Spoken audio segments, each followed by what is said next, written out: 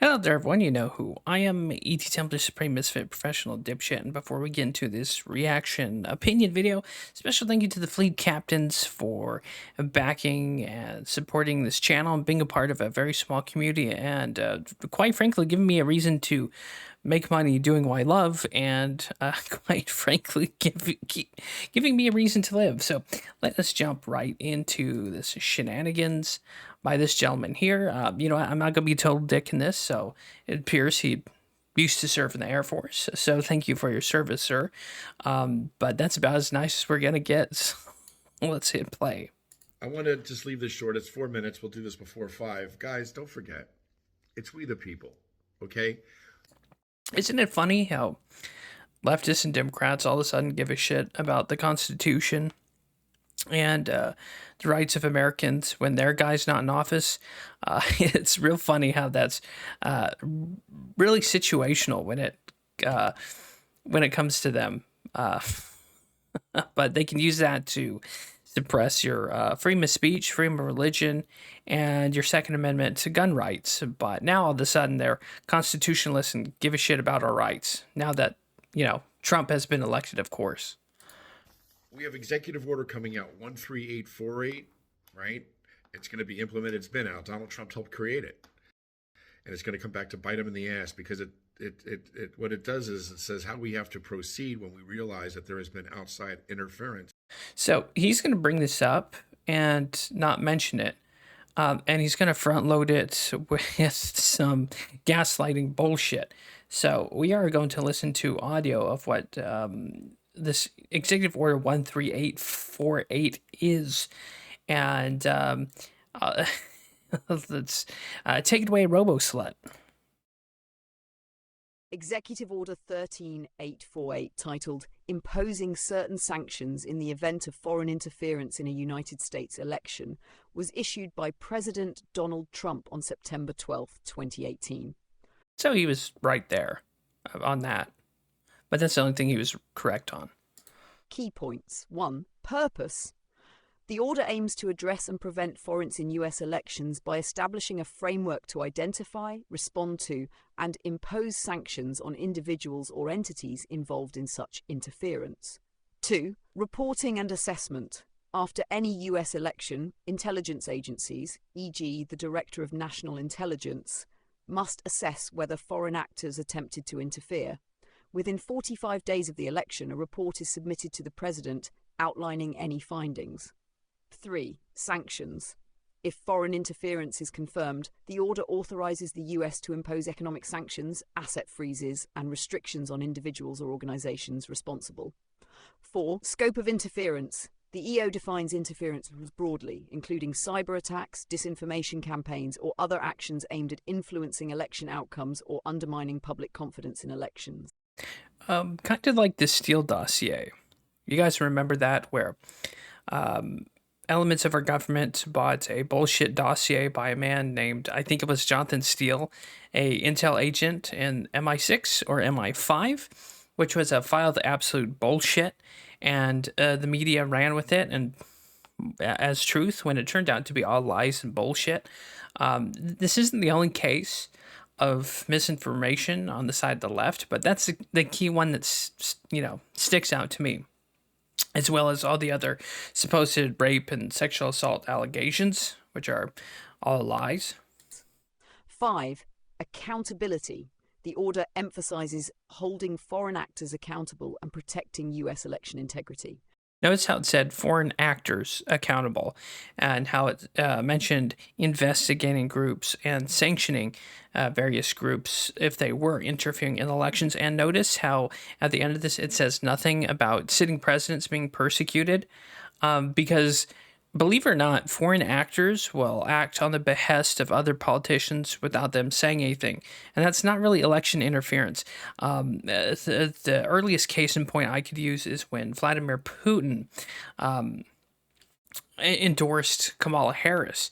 Now, does that mean Kamala Harris is a Vladimir Putin sympathizer? No, it doesn't. In fact, he just endorsed her because she was the weaker of the candidate, and she was going to be the candidate that would leave America woefully weak and anemic as far as international issues, economic issues. But anyways, Impact. Executive Order 13848 laid the groundwork for US agencies to detect and respond swiftly to any foreign threats targeting elections, reinforcing national security and election integrity. so essentially what that executive order is just to allow various intel agencies to investigate, sanction, and discover interference in election security. That's what about. It had nothing to do with persecuting of sitting presidents prior or elected currently. There's no such thing in that executive order that has to do with arresting sitting presidents or up and coming elected presidents. So that's where this guy is funny. He could bring this and misrepresent it wholesale. But anyways, that's what's usually done in politics. In our elections, there definitely has been. There definitely has been, and then again, he continues to show no proof, except the parroting of the lies from the mainstream media, MSNBC, CNN, CBS. They're going to reveal that on the 20th of December, because By the way, whenever a political group or entity starts saying someone's going to be arrested, it's never going to happen. It's all rhetoric. It's all rah-rah, shishkabah bullshit. And it's, at the end of the day, just coping and seething.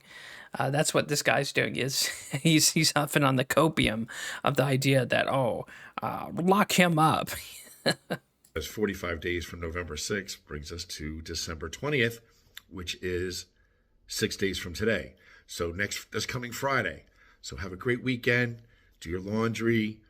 Hang your stuff out if you can. Change the sheets to your bed. Go grocery shopping. Get everything set up. Go to church tomorrow or don't. Pray at home. Hold hands. Love the ones you're with. Be good to yourselves. And let's get our country back, right? Next week, the Friday, I have a feeling this Executive Order 13848 will be implemented. Again, it had nothing to do with prosecuting and arresting sitting presidents or elected presidents. It was just a tool to reshore up the election integrity and security of our elections. And if not, a month from then, December 20th to January 20th, the day of the inauguration, we, the people, are going to have to show up in Washington and have this guy step down. The 3% rule states So, that if you have 3% of a world's of a group of people's population, 3% of a particular population, if they gather in mass, they can change everything. So we have 330 million Americans. 10% of that is. now, he's also misrepresenting this because 3% is needed to affect governmental change through revolution or a coup against the government. So again, he's sugarcoating this 3% bullshit, and he's going to cover his own ass from charges of sedition, seditious speech, treason, and insurrection. Later, he'll say, peaceably. But what he's saying here is that he's using this 3% thing, which is usually implies armed resistance against a organized power. So it's, and a government isn't just going to hand over power by people protesting. That shit just doesn't work, or rioting. 33 million. And what's a third of that? 11 million. 11 million of us have to show up on Washington, D.C. on January 20th and have this guy step down. He'll see 11 million people. Talk about a crowd. He'll have a coronary and he'll have to step down. We got it. Technically, he wouldn't be stepping down if that did, let's say, cost him his life by 11 million people showing up. There's J.D. Vance, which is a bigger boogeyman to the left and this guy than Trump is. So, again, this guy's trying to hint at insurrection, treason, and sedition against a duly elected president while kind of covering it up as, we're just going to protest and we're going to... No, it doesn't work like that. Do it. And we can't depend on the people out west. God bless. But for those of us here in New Jersey, New York, Massachusetts, Long Island, Connecticut, right? Everybody, we got to converge on Washington. Black, white, trans, LGBTQ2, drag queens, peacefully, cohesively. We're going to meet and have this guy step down on January 20th. That's our failsafe. And I just want to put a... To your failsafe? That's a pretty shitty fucking failsafe. And it's funny how he's covering his own ass here.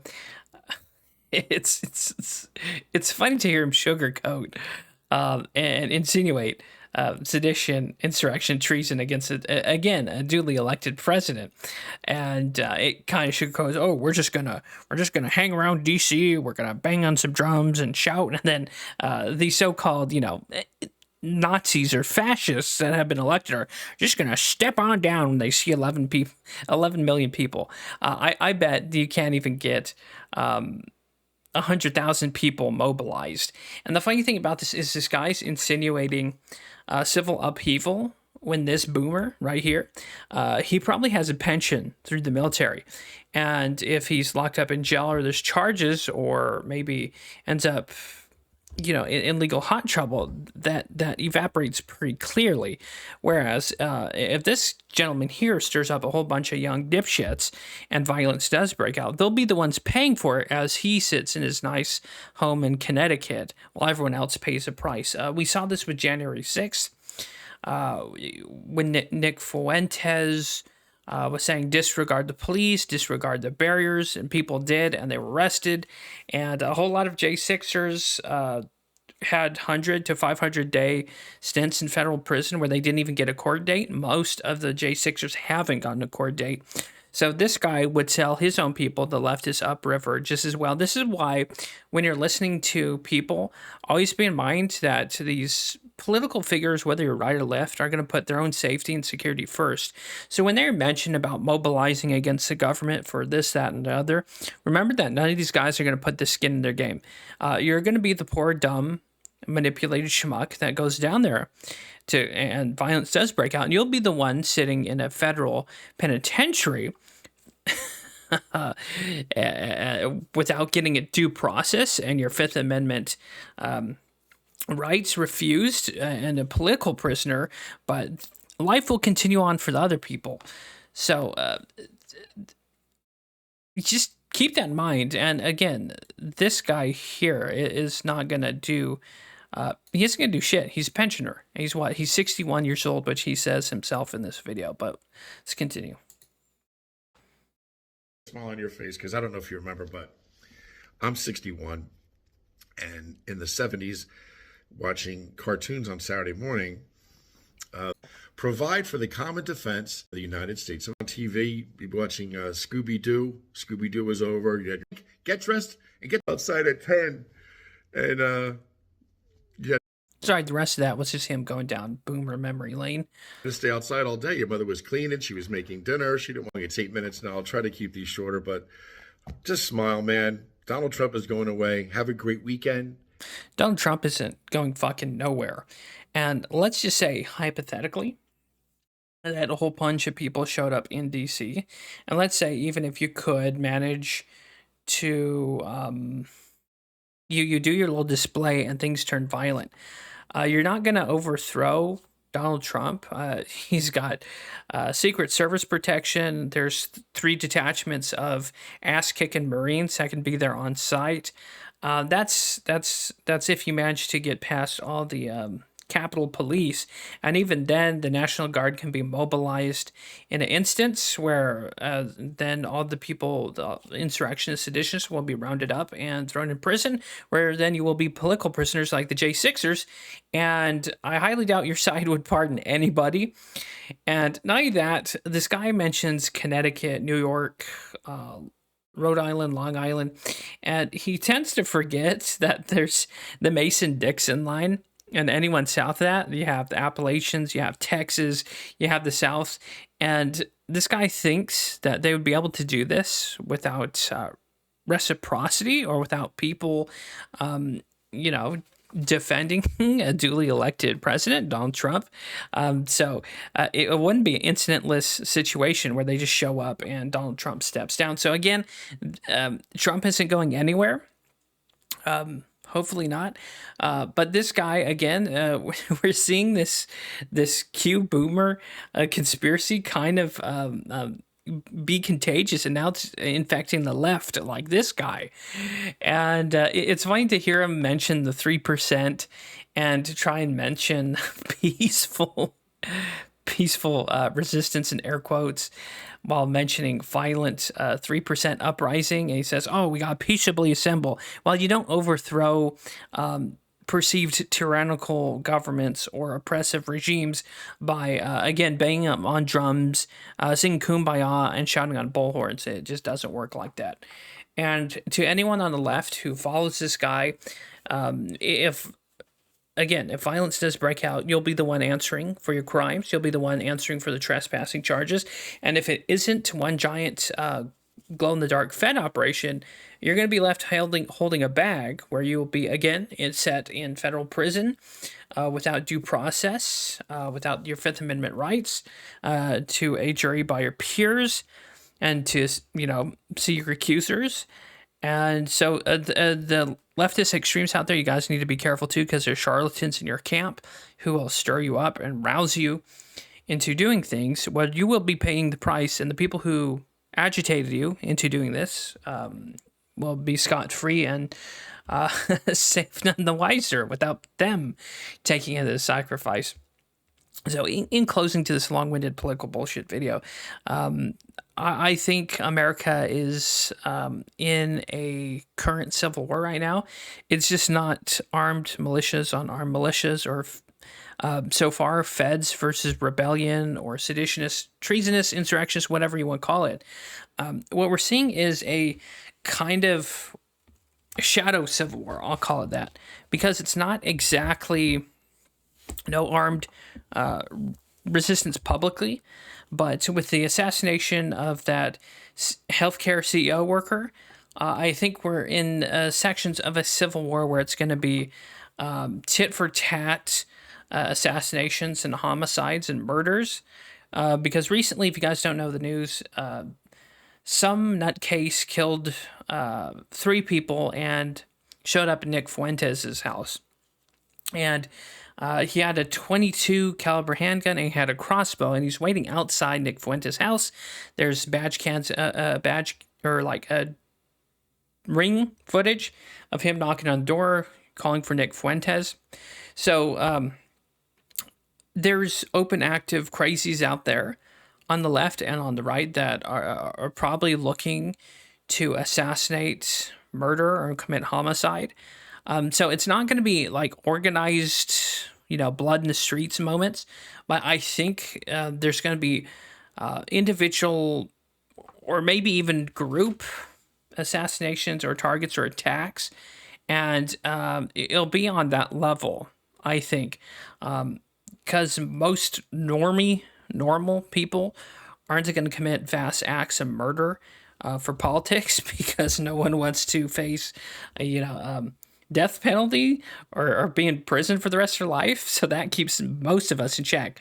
But there's going to be select individuals out there, either by design, by glow in the dark or a false flag, or maybe just crazy people who are going to commit murders and homicides in the name of their political idealism. And I think we're going to see a back and forth between extremist elements. And we haven't even started with Trump's term yet. And we've already had an assassination of that CEO, and we've already had a attempted assassination on Nick Fuentes. So this is the time, regardless of your politics, to wear that wear that close to the vest and don't divulge it, because there's crazy people out there who are looking to make themselves heroes and looking to be martyrs in their political cause. So to be fair and kind of in the middle of the road here, that's one thing to look out for. Keep your politics muted, because you never know with these freaks and crazy people out there, especially if you're a public person, a podcaster, commentator. You are one bad joke or phrase away from someone showing up to your house and murdering you or your family, or setting up a pipe bomb or something. Because again, we haven't even started this term with Donald Trump, and shit's getting crazy. This is just a small sampling of what we're seeing with this healthcare CEO and Nick Fuentes, and it doesn't help that there's people like Vaush, Destiny, and Hassan Piker out there that are also stirring the shit pot, and they're kind of agitating people to action. And again, these are three people, Hassan Piker, Vaush, and Destiny, who are going to say outlandish, horrendous things they have in the past to get people to react. Again, they will be safe and sound, but the people who are committing these crimes, these acts, these homicides and assassinations will have to pay with their lives, time in prison. And again, so that's what's going to happen. And in closing, I think we are in a soft, extremist civil war at the moment. Hopefully it doesn't, meld into something bigger. But I think we're in a shadow, kind of subtle civil war at the moment. And that's my 2 cents on that. Hopefully you found this interesting. I know it's kind of shitty with just the avatar there, but yeah, hopefully you enjoy it. Hopefully you found it interesting, and I will see you next time. Of course, there's links in the description down below if you want to support this channel, and there should be some links on screen for additional content if you're interested. And again, thanks for watching. See you next time. Stay safe, stay happy, keep your politics close to the vest, and stay vigilant, because I think with this 4 years of Trump, it's going to get a little bit dicey.